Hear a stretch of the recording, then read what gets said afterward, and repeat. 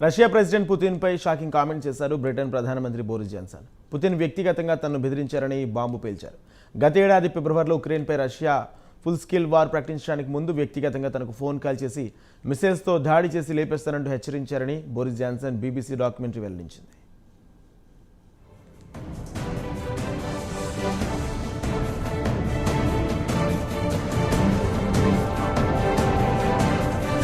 Britain మాజీ ప్రధానమంత్రి Boris Johnson Russia president Vladimir Putin పై దిగ్భ్రాంతికర వ్యాఖ్యలు చేశారు. గతేడాది ఫిబ్రవరిలో పుతిన్ యుక్రెయిన్ పై యుద్ధం ప్రకటించిన వెంటనే తనకు వ్యక్తిగతంగా ఫోన్ చేసి మిసైల్స్ తో లేపేస్తామని హెచ్చరించారని పుతిన్ పై షాకింగ్ కామెంట్స్ చేశారు. బీబీసీ డాక్యుమెంటరీ తాజా అంశాలను వెల్లడించింది. కాగా గతేడాది ఫిబ్రవరి 24వ తేదీన రష్యా యుక్రెయిన్ పై యుద్ధం ప్రకటించింది. కాగా పుతిన్ బోరిస్ కు ఫోన్ కాల్ చేసి చాలాసేపు మాట్లాడారు. బోరిస్, నేను నిన్ను బాధ పెట్టదలుచుకోలేదు, అయితే మిసైల్స్ తో లేపేద్దామనుకుంటున్నారు, దీనికి 1 నిమిషం కూడా పట్టదని ఫోన్లో హెచ్చరించారని బోరిస్ జాన్సన్ చెప్పుకొచ్చారు.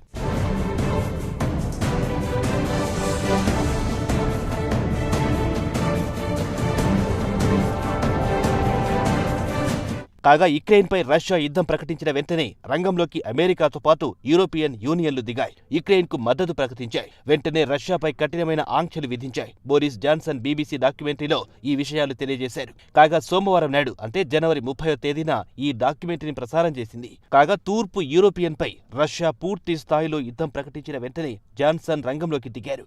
యుక్రెయిన్కు జెలెన్స్కీకి పూర్తి స్థాయిలో మద్దతు ప్రకటించారు.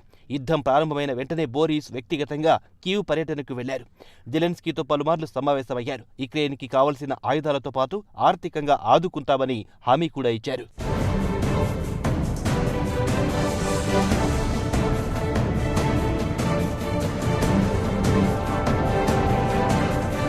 అయితే యుద్ధం ప్రారంభం కావడానికి ముందు తాను పుతిన్తో సుదీర్ఘంగా మాట్లాడానని, యుక్రెయిన్ తక్షణమే నాటోలో చేరే పరిస్థితి లేదని నచ్చజెప్పానని కూడా బీబీసీ డాక్యుమెంటరీలో మాట్లాడుతూ తెలిపారు.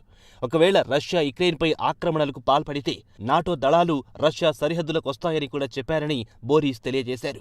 కాగా బీబీసీ డాక్యుమెంటరీలో రష్యా అధ్యక్షుడు పుతిన్కు పాశ్చాత్య దేశాల మధ్య గ్యాప్ బాగా పెరిగిపోయిందని వెల్లడించింది.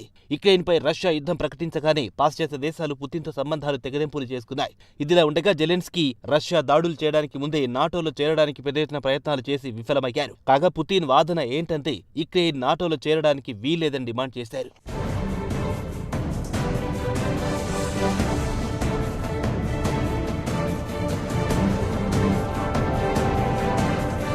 జెలెన్స్కీని నాటో చేరొద్దని పుతిన్ డిమాండ్ చేయడం, దీనికి జెలెన్స్కీ మాత్రం ససేమిరా అంటూ తాను నాటోలో చేరుతానని మంకుపట్టు పట్టడం, ఈ నేపథ్యంలో రష్యా అధ్యక్షుడు పుతిన్ గతేడాది ఫిబ్రవరి 24వ తేదీన యుక్రెయిన్లోని డాన్బాస్ ప్రాంతంలో స్పెషల్ మిలిటరీ ఆపరేషన్ మొదలుపెట్టారు. యుద్ధం మొదలు కాగానే తూర్పు యుక్రెయిన్లోని 2 ప్రాంతాలను యుక్రెయిన్ నుంచి విముక్తి కలిగించామని రష్యా ప్రకటించింది. దీంతో పాటు రష్యా యుక్రెయిన్లో 4 ప్రాంతాలను స్వాధీనం చేసుకుంది. అటు తర్వాత యుక్రెయిన్ సైనికులు రష్యా స్వాధీనం చేసుకున్న ప్రాంతాలను తమ వశం చేసుకుంది. కాగా యుక్రెయిన్కు తూర్పు ప్రాంతంలో మెజారిటీ పౌరులు రష్యన్లున్నారు. తమ పౌరులను యుక్రెయిన్ 2వ తరగతి పౌరులుగా చూస్తున్నారని పుతిన్ మండిపడుతున్నారు. జెలెన్స్కీ నుంచి తమ వారికి విముక్తి కల్పిస్తున్నారని తన చర్యను సమర్థించుకున్నారు పుతిన్.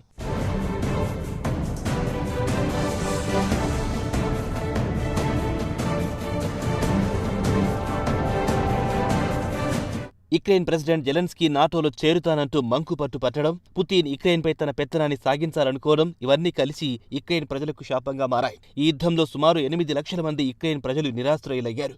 ఈ ఏడాది జనవరిలోనే సుమారు మరో 7.9 లక్షల మంది దేశం నుంచి ఇతర దేశాలకు పారిపోవలసి వచ్చింది. ఈ యుద్ధంలో ఇరువైపుల వేలాది మంది అమాయక పౌరులు మృతి చెందారు. 2వ ప్రపంచ యుద్ధం తర్వాత యూరోప్ అతిపెద్ద శరణార్థుల సంక్షోభం ఎదుర్కొంటోంది.